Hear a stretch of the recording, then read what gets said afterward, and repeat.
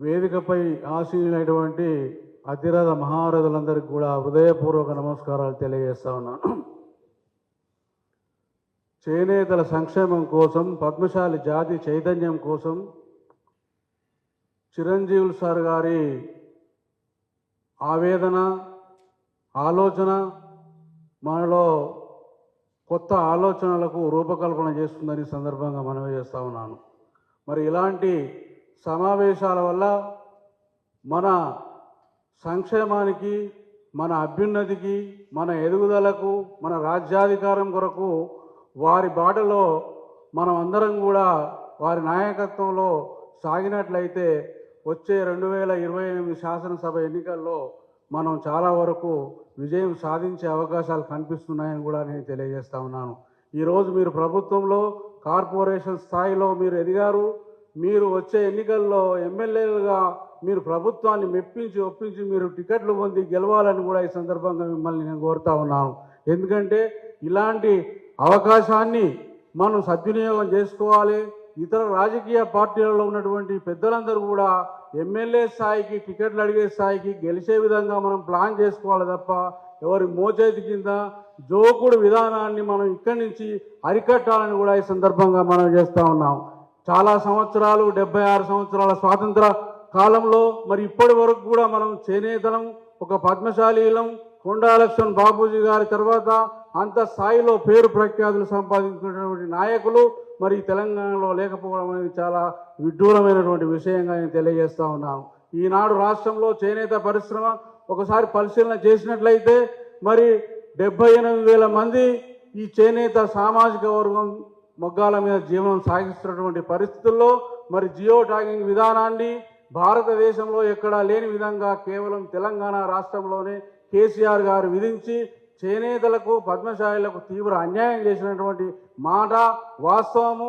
మరి అలాంటి నెంబరింగ్ విధానం రాష్ట్రంలో ఇప్పటికీ కేవలం 38,000 మొగ్గాలకే నెంబరింగ్ ఇవ్వడం జరిగింది. మిగతా ఇంకా 35,000 పైచిలకు మొగ్గాలకు ప్రభుత్వం నెంబరింగ్ లేదు. వారికి ప్రభుత్వ పథకాలు అందడం లేదు. వారు ప్రభుత్వంలో చేనేత కార్మికులుగా రికార్డులో లేరు. కాబట్టి మీరు పద్మశాలి కార్పొరేషన్ చైర్మన్ గారు, మీరు చేనేత కార్పొరేషన్ చైర్మన్ గారు మీరు దృష్టి పెట్టి మీరు ఈ జియో ట్యాగ్ విధానం నెంబరింగ్ అందరికన్నా ఇప్పించండి. లేకపోతే జియో ట్యాగ్ విధానాన్ని కూడా రద్దు చేయించే విధంగా మీరు ప్రయత్నం చేయాలనే సందర్భంగా ఈ సభా వేదిక నుంచి మిమ్మల్ని కోరుతా ఉన్నాను. ఇంకో విషయం, మన రాష్ట్రంలో ఉన్నటువంటి చేనేత సహకార సంఘాల ఎన్నికలకు మరి ప్రభుత్వం కొంత వరకు ముందుకు వచ్చి ఓటర్ లిస్టు తయారు చేసే విధంగా కొంత ప్రణాళిక చేసింది. మరి గత నెల 30 తారీఖు వరకే దాని ప్రణాళిక పూర్తి అయినప్పటికీ కూడా తదనంతర కార్యక్రమంలో మళ్ళా చలనం లేదు. మరి సహకార సంఘాలకు ఎన్నికలు నిర్వహిస్తారా లేకపోతే నామినేట్ చేస్తారా అనే ప్రక్రియ చాలామంది మరి పద్మశాలీలలో కొంత విస్మయం కలిగిస్తున్నటువంటి చర్చ. నూతన నాయకత్వానికి చాలామంది యువత చేనేత సహకార సంఘాల అభివృద్ధికి గ్రామాల్లో వేచి చూస్తున్నటువంటి ఈ తరుణంలో మరి చేనేత సహకార సంఘాలను ప్రజాస్వామ్యయుతంగా నిర్వహించినట్లయితే మరి నాయకత్వంలో ఇంకా రేకెత్తించే విధంగా ముందుకు పోతుందని కూడా ఈ సందర్భంగా మనవి చేస్తూ ఉన్నాను. ఆ విషయంలో కూడా మీరు శ్రద్ధ వహించి ప్రభుత్వంతో మాట్లాడి వీలైనంత త్వరగా చేనేత సహకార సంఘాలకు ఎన్నికలు పెట్టే విధంగా మీరు చేయాలని కూడా ఈ సందర్భంగా మనవి చేస్తూ ఉన్నాను. గతంలో మరి చేనేత సహకార సంఘాలు మరి రాష్ట్రంలో పూర్తిగా టెస్కో నిర్వీర్యం చేసిర్రు.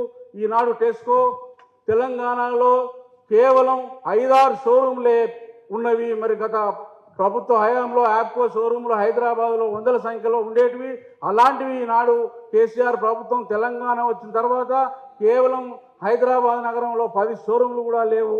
మరి అలాంటి పరిస్థితుల్లో మీరు ప్రత్యేకంగా శ్రద్ధ వహించి టెస్కోను పునరుద్ధరించి హైదరాబాద్ నగరంతో పాటు ఇతర జిల్లాల్లో కూడా టెస్కో షోరూమ్ను ఏర్పాటు చేసినట్లయితే చేనేత కార్మికులకు చేతి నిండా పని కలవడమే కాకుండా మన వస్త్రాలకు కూడా విపరీతమైన డిమాండ్ పెరిగే అవకాశం ఉంది. కాబట్టి మీరు దాన్ని కూడా దృష్టిలో పెట్టుకోవాలని సందర్భంగా మనం చేస్తూ ఉన్నాను.